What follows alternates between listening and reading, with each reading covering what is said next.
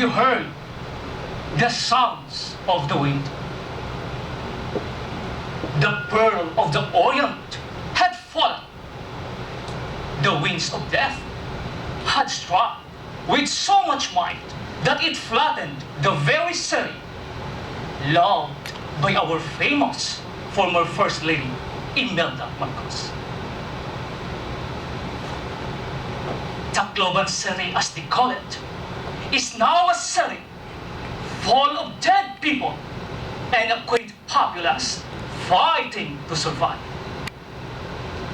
Did the mighty Typhoon Haiyan sweep the Philippines down to its very core, making it a country blown to a permanent destruction? I am at a loss for words. Congress Master, respected fellow Masters, and all good subjects of the realm, good afternoon. Good afternoon. Long has it been since the Philippines suffered a mayhem that shook the world. A destruction so great that I received the ill-fed news. I wept and fell down on my knees.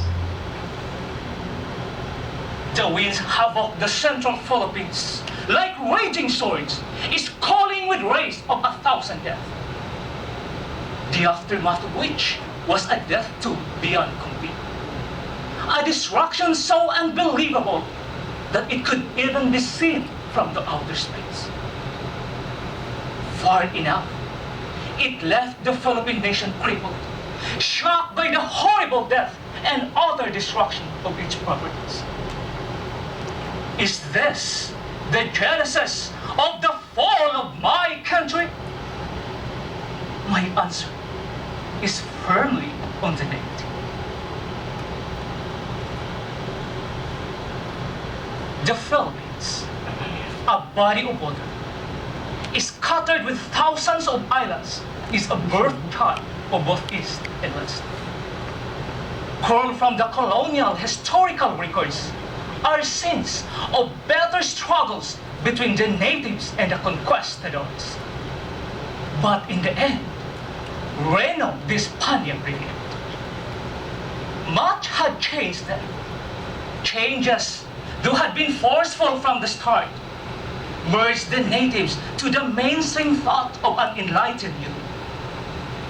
Bending like a strong bamboo cross, the Filipino people remain hopeful that someday the yoke of Spain will cease to exist. Although all had been at stake, the spirit of the early Filipinos remained high until at last the island stood strong and finally plucked itself out from the most august crown of Spain. But wait, a new master was seen in the horizon. Its uncle son. The hope of self-governance again was deferred. For almost half a century, the Philippines remained under the wing of its new master, the United States of America.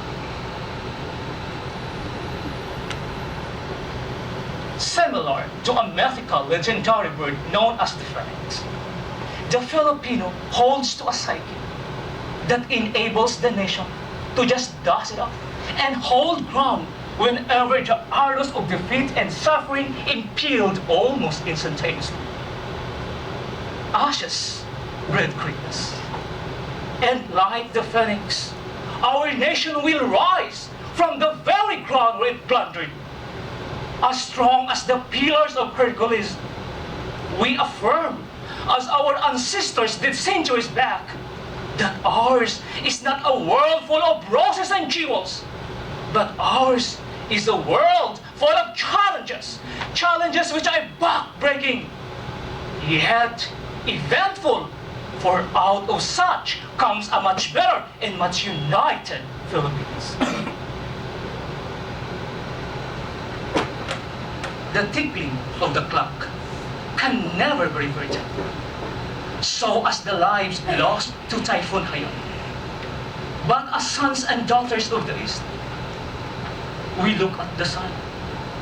We breathe in life from the sun. As we Filipinos breathe on the fresh air, we saw not far from beyond the assistance from both our friends and individuals formed a cradle of life. A cradle of life that makes it once and for all true.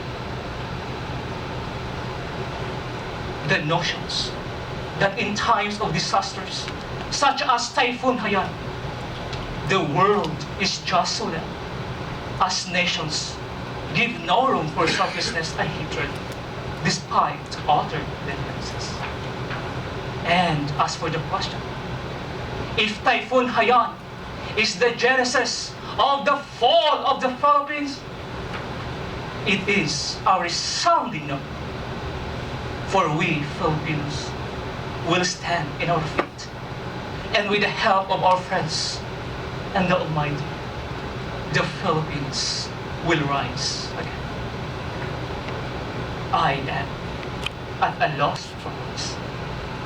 Actions abound, and actions speak louder and more profound than words.